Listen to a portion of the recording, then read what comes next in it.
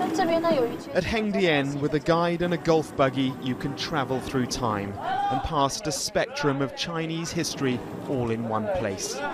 There is, it seems, a set here for every scene.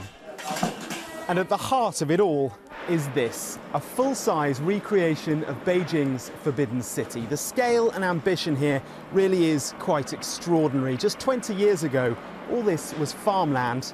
Now it's bigger than Universal and Paramount Studios combined.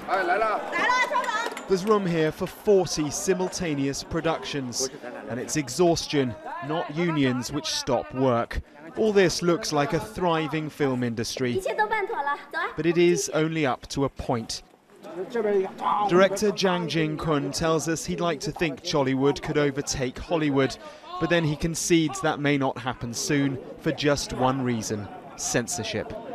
Compared to the capitalist system, there are restrictions on what we are able to do. And for his leading man, that frustration goes further.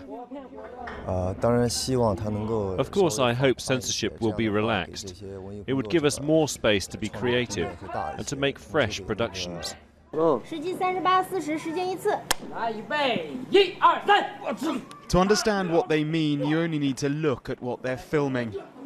Japan-bashing war films and Qing period dramas. It is hackneyed, cliched, and it's all history. To touch on the present or the future would inevitably involve politics, and the Communist Party censors would prevent production.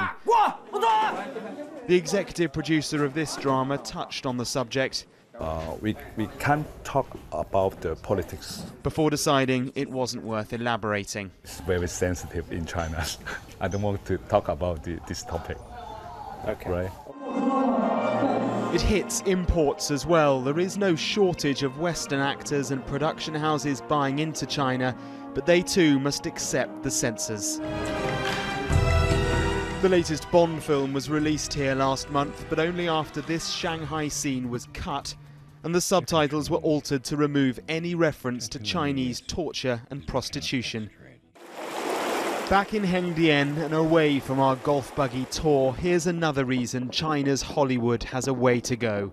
Turning this into Tinseltown will take time. Mark Stone, Sky News in southern China.